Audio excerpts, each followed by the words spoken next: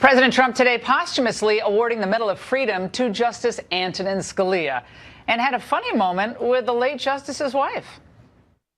Joining us for this ceremony is his wife, Maureen, who's become a great friend of my family, myself, and their 9 children: Anne, Jean, John, Catherine, Mary Claire, Paul, Matthew, Christopher, and Meg. You were very busy. Wow. Wow. I always knew I liked him. I know the Scalia family, and that was a wonderful moment. The justice would have loved it. That's all the time we have tonight. Have a great weekend, everyone. Shannon, Bream, and the Fox News at Night team take it from here. Hello and welcome to Fox News at Night. I'm Ed Henry in for Shannon Bream. We begin with a Fox News alert. Breaking tonight, we are following major news on 2 of the nation's most highly contested midterm election battles that are still raging, raising more questions about whether last week was really a blue wave. In Georgia, Democrat Stacey Abrams ended her campaign for governor by admitting she cannot beat Republican Brian Kemp. But she's refusing to call it a concession, and she's also vowing legal action is coming. And in Florida, Republican Ron DeSantis is inching closer tonight to picking a chief of staff to start his transition to power as governor, even though Democrat Andrew Gillum there has still not conceded either. Republican leaders tonight joking that you can't spell Gillum without 2 L's, as in a loss on election night and a loss after the recount. As for Florida's Senate seat, a hand recount underway where Republican Rick Scott still believes he has beaten Democrat Bill Nelson, but the race is still going right now. We have Fox team coverage tonight. Phil Keating live in Riviera Beach. But first, we go to Steve Harrigan in Atlanta. Good evening, Steve. Ed, Stacey Abrams acknowledged that she lost the governor's race of Georgia to Brian Kemp. Kemp got about 50,000 more votes than Abrams out of 4 million votes cast. He narrowly avoided a runoff election by getting 50.2% of the vote. Abrams was fighting hard to the last minute to try and get 17,000 additional votes. That would have forced a runoff election next month. She said there was no real legal means to do so. So in her concession speech, she said, strangely, that it wasn't really a concession. Here's Abrams.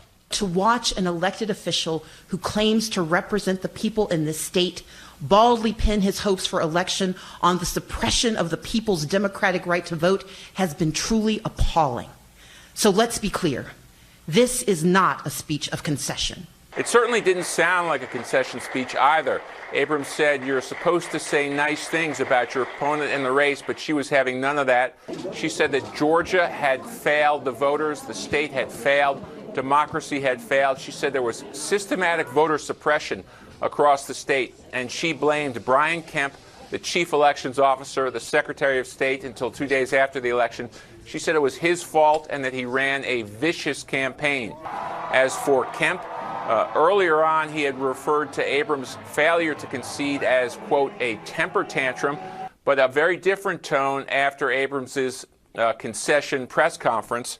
Writing, Brian Kemp said that he admired her passion and her industry and her willingness to work hard at politics. So really a very different switch in tone there from Kemp. Abrams is just 44 years old. She made history as the first major candidate, African-American female, running for governor of Georgia. So we could see her again in future races here, either for governor or for senator. Ed, back to you. All right, thanks, Steve. Now let's move about 600 miles to the south of Atlanta, Riviera Beach, Florida specifically, where volunteers are painstakingly counting votes by hand to determine a winner of that hotly contested Senate race. Our correspondent Phil Keating has been there from the beginning. He's live for us tonight. Good evening, Phil. Good evening, Ed. The still ongoing vote counting in the very narrow Senate race still almost being done tonight. Very close to being complete. Operations here in Palm Beach County's elections warehouse, they are done. It's all locked up as Palm Beach County finished its hand recounting this afternoon, joining the rest of the state, if not most of it, in full completion or very close to it. 20 teams of voter intent assessors did not take long to agree on about 6,000 ballots worth the machines never counted.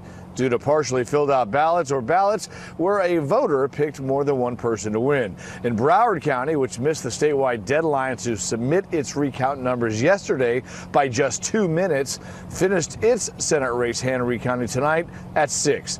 The vast majority of the ballots there had no vote in the Senate race, yet did have a pick in the governor's race, 25,000 of them. Democrats are blaming that on ballot design, which may have hurt Senator Nelson.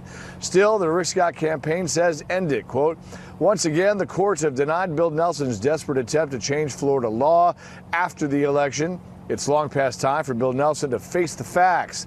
This charade is over. Floridians' votes have been counted multiple times. Rick Scott is the next senator from Florida.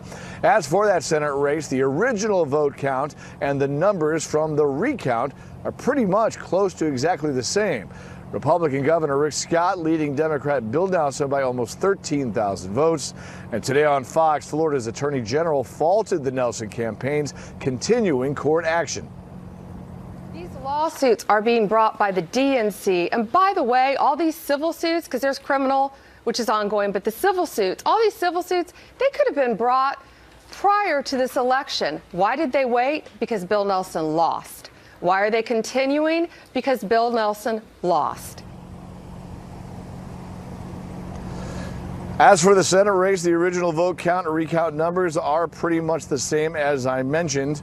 And in the recount numbers, they barely altered the margin of the governor's race as well.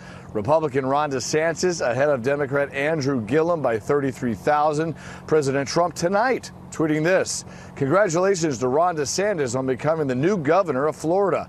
Against all odds, he fought and fought and fought, the result being a historic victory. He never gave up and never will. He will be a great governor. Meanwhile, a state criminal investigation is being looked into in the cure forms that went out. They were altered cure forms for ballots that went out to voters in the days before and even in the days after the election. Republicans are tying it directly to state Democrats, and the Democrats say they have hired their own investigator to get to the bottom of it. Ed? At the finish line yet, but we're getting closer. For more, let's bring in the chair of the Miami-Dade Democratic Party, Juan Cuba, and the author of the book Fraud: How the Left Plans to Steal the Next Election, Eric Eggers. Good evening, gentlemen. Good evening. Thanks for having us. Eric, I want to start with you. The title of your book is pretty direct and to the point. We've heard from Republicans like Congressman Matt Gaetz in recent days saying they think what we've watched play out over the last week or so is a dry run for 2020, and that Democrats are getting ready to try and steal Florida in 2020 and deny the president from re-election. How do you back that up? Well, I think what they're clearly trying to do is weaken the laws that are already incredibly vulnerable to bad actors by suggesting, and you've seen this argument put forth by lawyers for Senator Nelson, that the laws that were on the books on the night of the election, on the day of the election, no longer matter once the votes start to count and maybe the outcomes aren't what we were hoping for. So what I think you're seeing is lawyers pushing and prodding for vulnerabilities in the court systems so that if there's any weaknesses, they can be exploited as well in 2020. All right, Juan, I want to give you a fair chance to respond to that. And also, if you can work in the idea that, look, Brenda Snipes, in Broward County, it didn't seem like she was following the law when she wouldn't even tell us how many ballots were there. I know it's a different county for you, but react to these charges that Democrats have been trying to steal this election.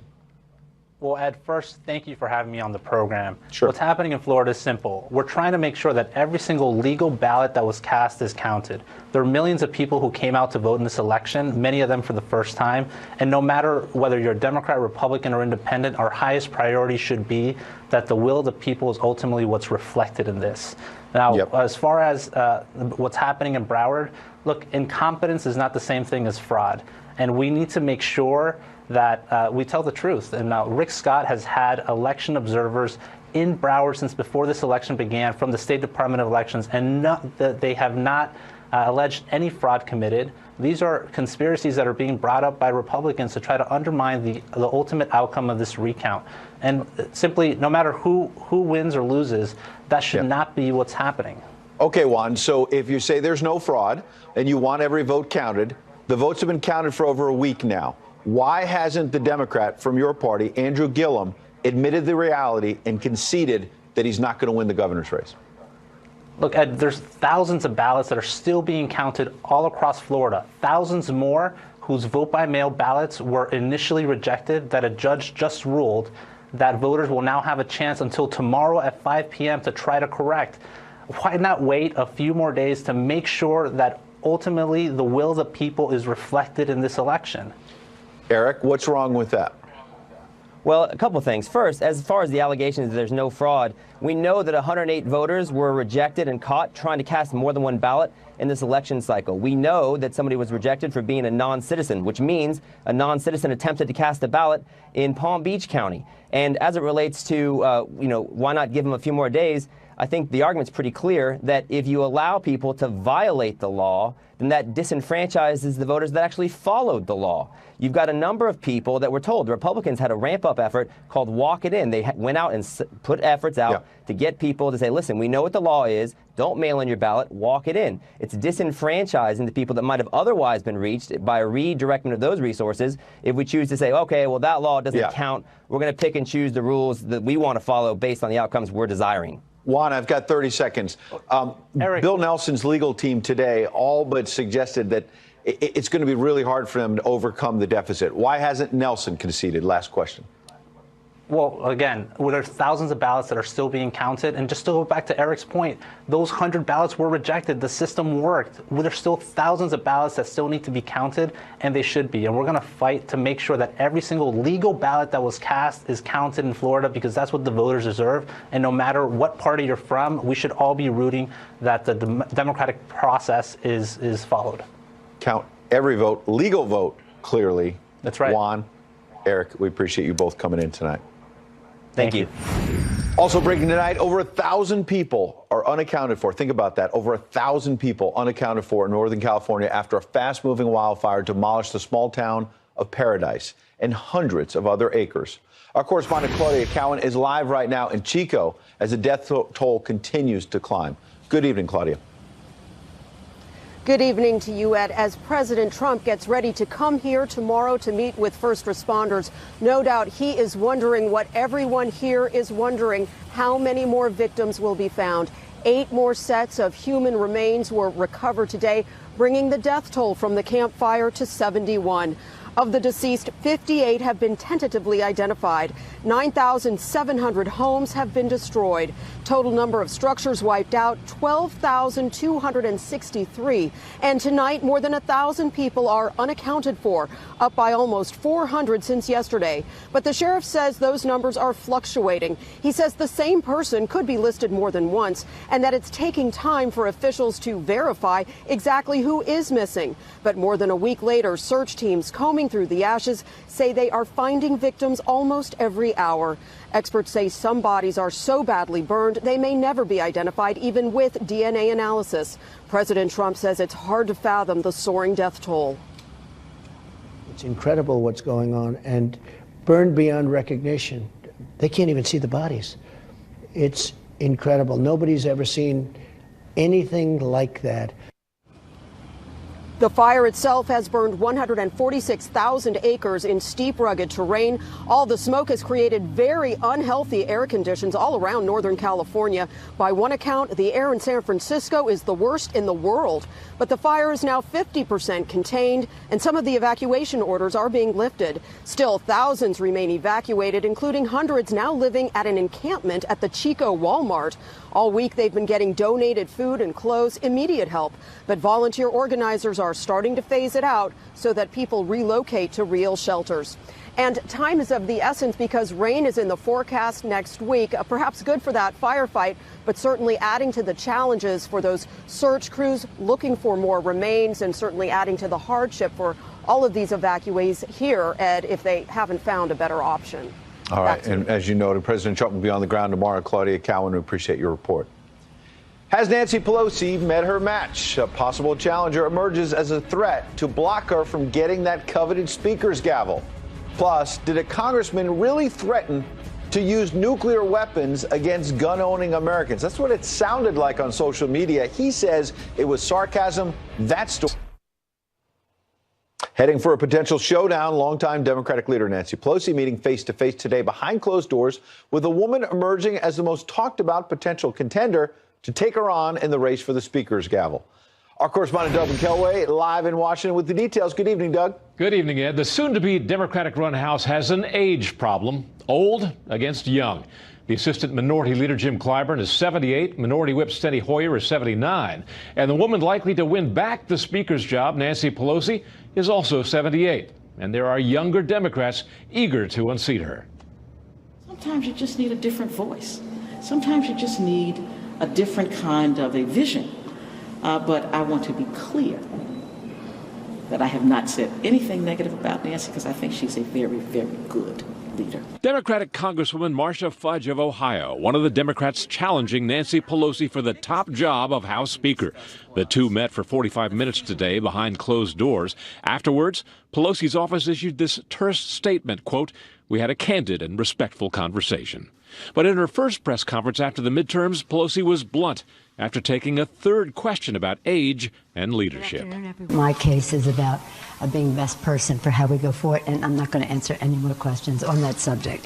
Pelosi is known as a prodigious fundraiser and a skilled politician. She brought us to a massive victory in the House of Representatives. She is strong, she's intelligent, she has the capacity, the compassion, and the strength of will. She'll be a great speaker. I'm not anti-Pelosi, not at all.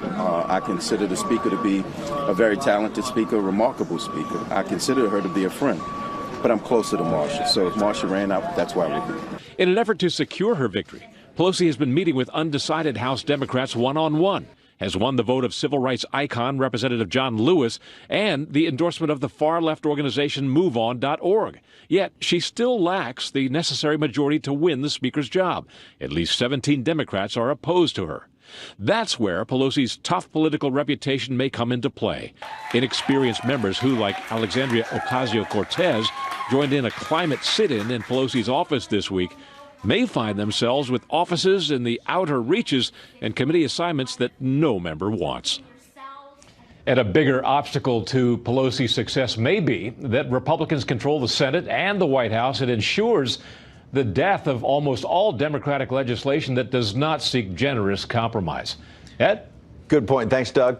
Time now for tonight's Power Panel. Fox News contributor, former Clinton pollster Doug Schoen, the editorial director of the Daily Caller, Vince Colonnese, and senior writer at the Washington Free Beacon, Liz Harrington. Welcome all. Thanks. Hey, good. Hey. Liz, ladies first. We hear so much about how powerful Nancy Pelosi is, what a skilled negotiator she is, how much great stuff she did for Barack Obama when he was president, and yet she sits down today with Marcia Fudge, tries to seal the deal, and Fudge says, I'm going to think about it over Thanksgiving.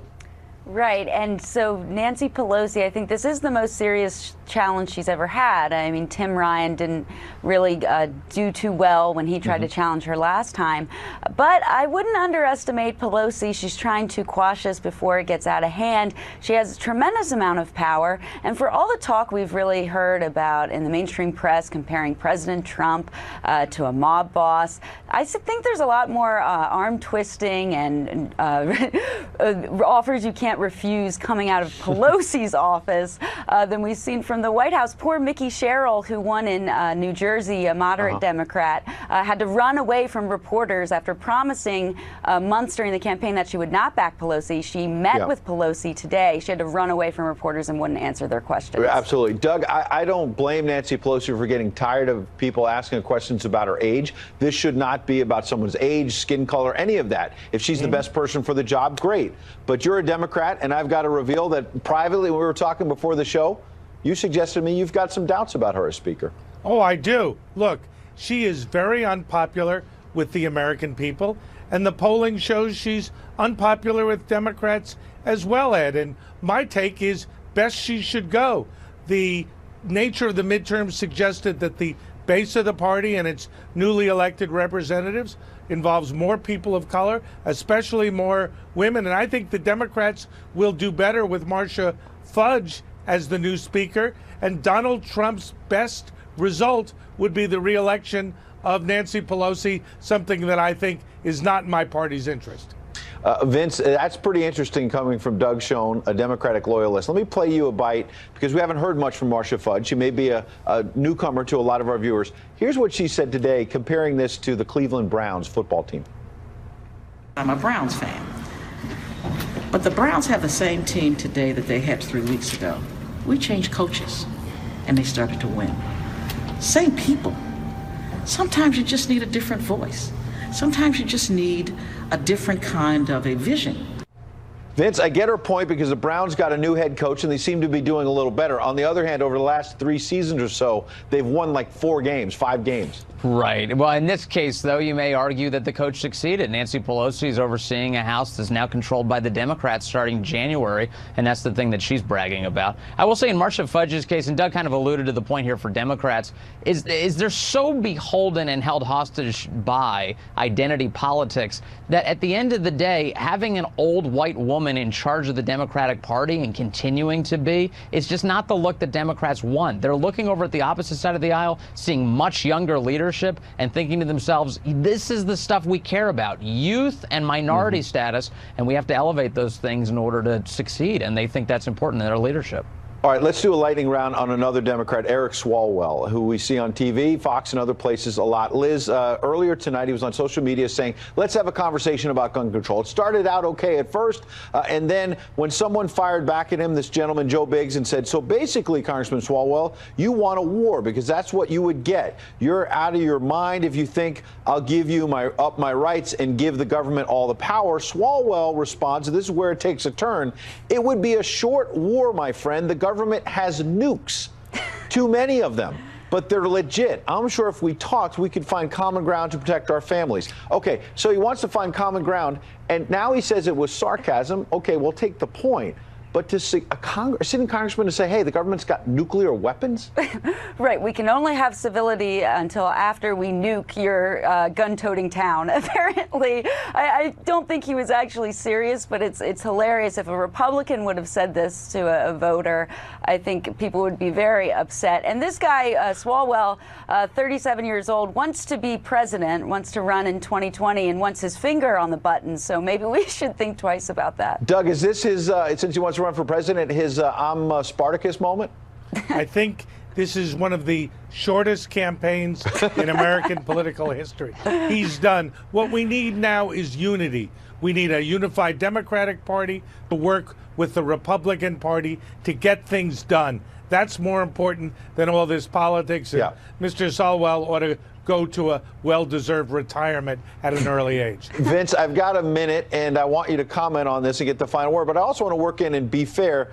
We're talking about the problems Democrats are facing. But how does the president unify things as well? Let's not just leave this on Nancy Pelosi. Well, just on the issue of Swalwell, this is a reminder that you got to be careful on Twitter. Nobody perceives sarcasm, so you don't have to explain it later on. On the other side, when it comes to Republicans, yeah, I think the president obviously plays a role when it comes to unity. We've heard him. He came out right after the election, even expressed support for Nancy Pelosi, came out and said that that was an authentic ovation. Let's see. I mean, right now, maybe there could be a turning of the page here between Nancy Pelosi and Donald Trump. Wait, I lied. I'm going to give Doug the last word. That.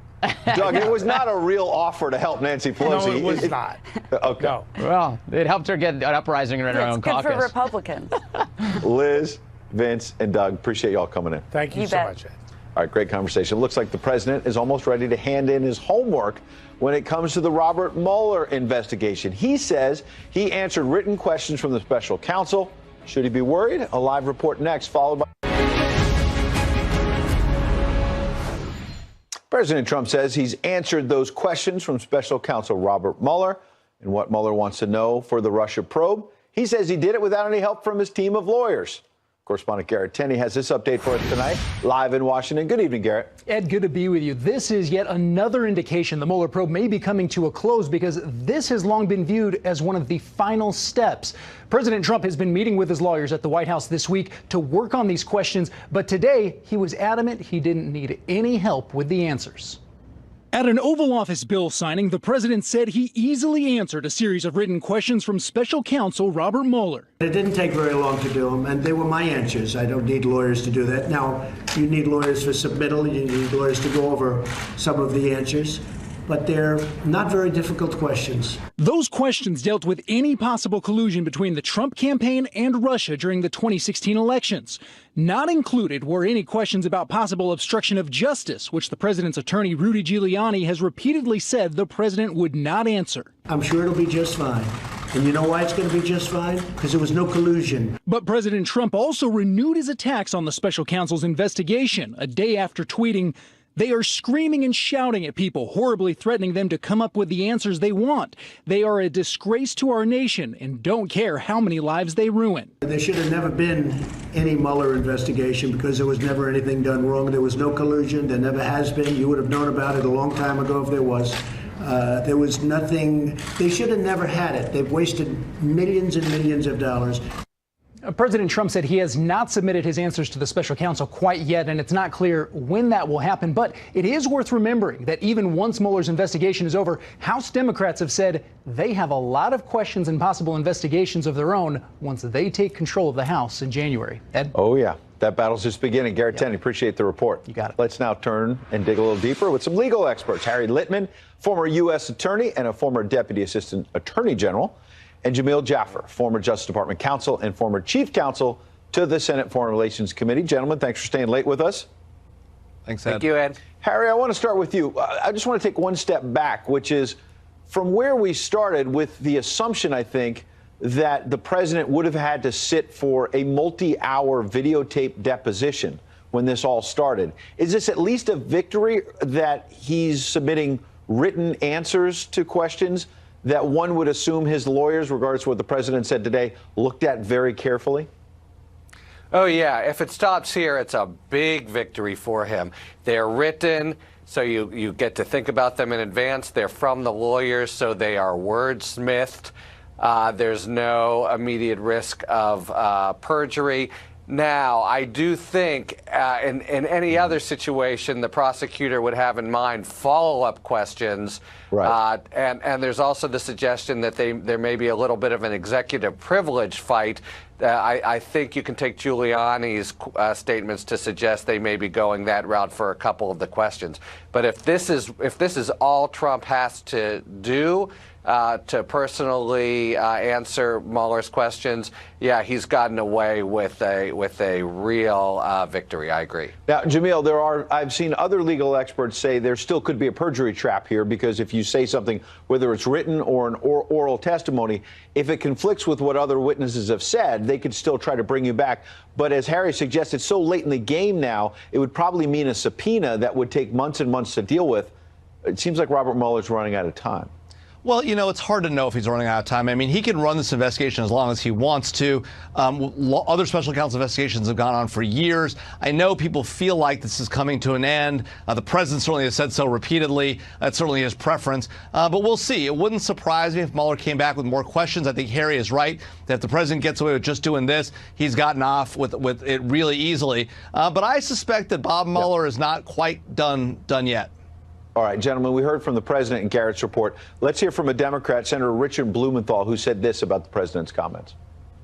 His calling the answers easy tells me that it's either false bravado or self-delusion or simple deception. And all of it is dangerous to the president's case because he has to take these questions very seriously.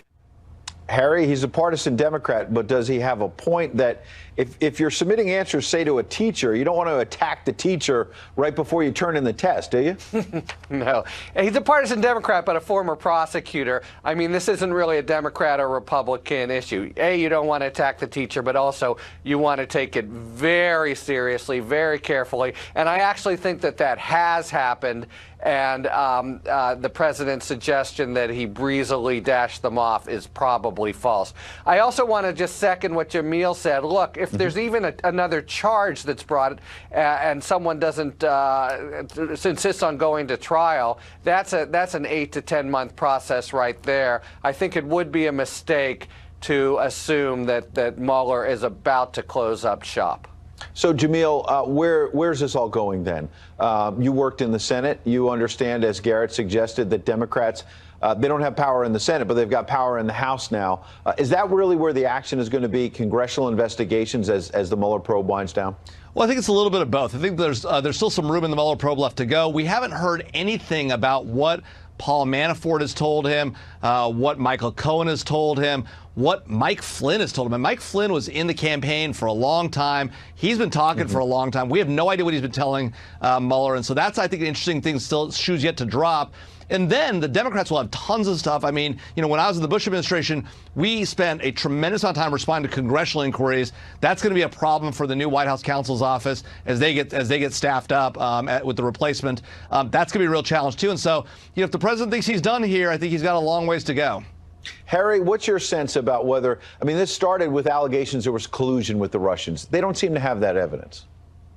Well, that's going to be a big point, I think, coming in the next few weeks. And by the way, on Flynn, his sentencing is December 4th. We're going to learn a lot then. Manafort, another 10 days. He's apparently cooperated with some other charge that's coming. But this is exactly the point that we're at. If they do charge next, Joseph Corsi, Roger Stone, that's exactly the piece that has been missing, the domestic side of the Russian charges. So if Stone and Corsi did know about that, Stone was in communication with Trump, we really might be going to the heart of the matter. But Jamil, last point, I got 15 seconds. That doesn't necessarily prove the president did anything wrong, doesn't necessarily lead to obstruction of justice, as we heard at the beginning, might be where this goes. No, that's exactly right. I think the real challenge is we have to look at what the charge that Mueller brought against the folks involved in the Russia deception stuff, and because he's shown that he can try and charge things that look like collusion without it actually being collusion. So there's a real challenge there, and we'll see what happens going forward. Jamil, Harry, appreciate all the details tonight. Thanks, Ed. All right, score one for the media. A judge orders the White House to back down on revoking a reporter's access. Howie Kurtz is here. He's got that story coming up. Plus, as fires rage on both ends of California, Trace Gallagher takes a close look at how the fire is fanning political flames, unfortunately, as well. Did California's Democratic governor veto a wildfire management bill? Today, a federal judge ordered the Trump administration to temporarily end its freeze-out of CNN reporter Jim Acosta's press pass. Here's Fox News media analyst, host of Fox's Media Buzz, Howard Kurtz, with all the details. What began as a press conference clash between President Trump and his least favorite reporter at his least favorite network morphed into a major legal test of press freedom. And in a preliminary ruling today, CNN and White House correspondent Jim Acosta won that test for now. 3 days after CNN filed suit over a White House decision to suspend Acosta's credentials, federal Judge Timothy Kelly ordered the pass restored while the case proceeds. The Trump appointee said he wasn't ruling on whether the White House violated Acosta's First Amendment rights after last week's dust-up. That's enough. Pardon me, ma'am. Excuse me. That's enough. CNN should be ashamed of itself having you working for them. You are a rude, terrible person. In the suit, backed by Fox News and a dozen other major news outlets, the judge found the White House violated Acosta's due process, saying the decision was shrouded in mystery and shifting explanations, abandoning a claim that Acosta laid hands on the intern reaching for the mic. In an interview with Chris Wallace that will air on Fox News Sunday, the president downplayed the decision. What they said, though, is that we have to create rules and regulations for conduct, et cetera, et cetera. We're doing that. We're going to write them up right now. It's not a big deal. And if he misbehaves, we'll throw him out, or we'll stop the news conference, or somebody else. I'm not just saying about Acosta. CNN writes very fake news. But CNN cast it as a victory for the news business. I want to thank all of my colleagues in the press who supported us this week. And I want to thank the judge for the decision he made today. The judge did not address whether Acosta's conduct was rude or disruptive, but with the reporter back at the White House today, it was at least a symbolic win for the press over the president. Ed? Thanks, Howie. And new tonight, the Justice Department a short time ago responded as well, saying, quote, "We are disappointed with the district court's decision. The president has broad authority to regulate access to the White House, including to ensure fair and orderly White House events and press conferences." Meanwhile, California's governor is under new scrutiny tonight for vetoing a wildfire management bill 2 years ago. Our correspondent Trace Gallagher is digging into the political fallout of the deadly wildfires from our West Coast bureau. Hi, Trace.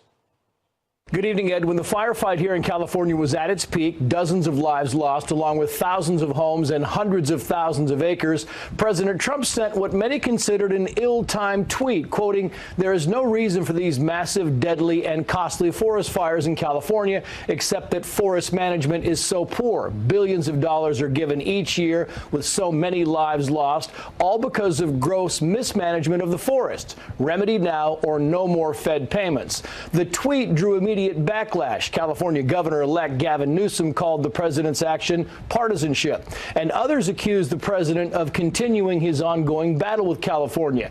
Except the president's comment wasn't partisan, it was accurate. There is little disagreement that dry, overgrown forests are enormous fuel-driven tinderboxes. This year, the Little Hoover Commission, an independent California oversight agency, said, quote, "California forests are reaching a breaking point." The agency then recommended prescribed burns and forest clearing. But environmental regulations like the Endangered Species Act and National Environmental Policy Act have made it very difficult for the Forest Service to remove dead fuel, though it appears the tide is changing. Even California Governor Jerry Brown, who has called the president's criticism of forest management, quote, uninformed, said this when he toured the fire zones. Watch. Going forward, we are going to have to take a lot of steps that aren't so easy. We're going to have to manage our forests better. We're going to have to build our cities more smartly. In other words, build them farther away from the forest land. And while Governor Brown is now stating the obvious, President Trump indicated to Chris Wallace he might also be open to other opinions. Listen. What about the argument it's climate change, that it's drier, it's hotter, and that that's contributing to it? Maybe it contributes a little bit. The big problem we have is management. Last week, the president threatened to pull California's federal funding to fight fires, but has now signed a disaster declaration opening up federal funds. Tomorrow, the president will tour the devastation caused by the California wildfires. Ed. Thanks, Trace. That's right. And in fact, just a few moments ago, the president tweeted about that upcoming trip to California. He said, quote, "Thank you, Jerry Brown, the governor. Look forward to joining you and Gavin Newsom, the incoming governor, tomorrow in California. We are with you." That after some tweets from the president earlier in the week that upset some in California. North Korea claims they have tested a new ultra-modern high-tech weapon. Plus, explosive new details leaking out.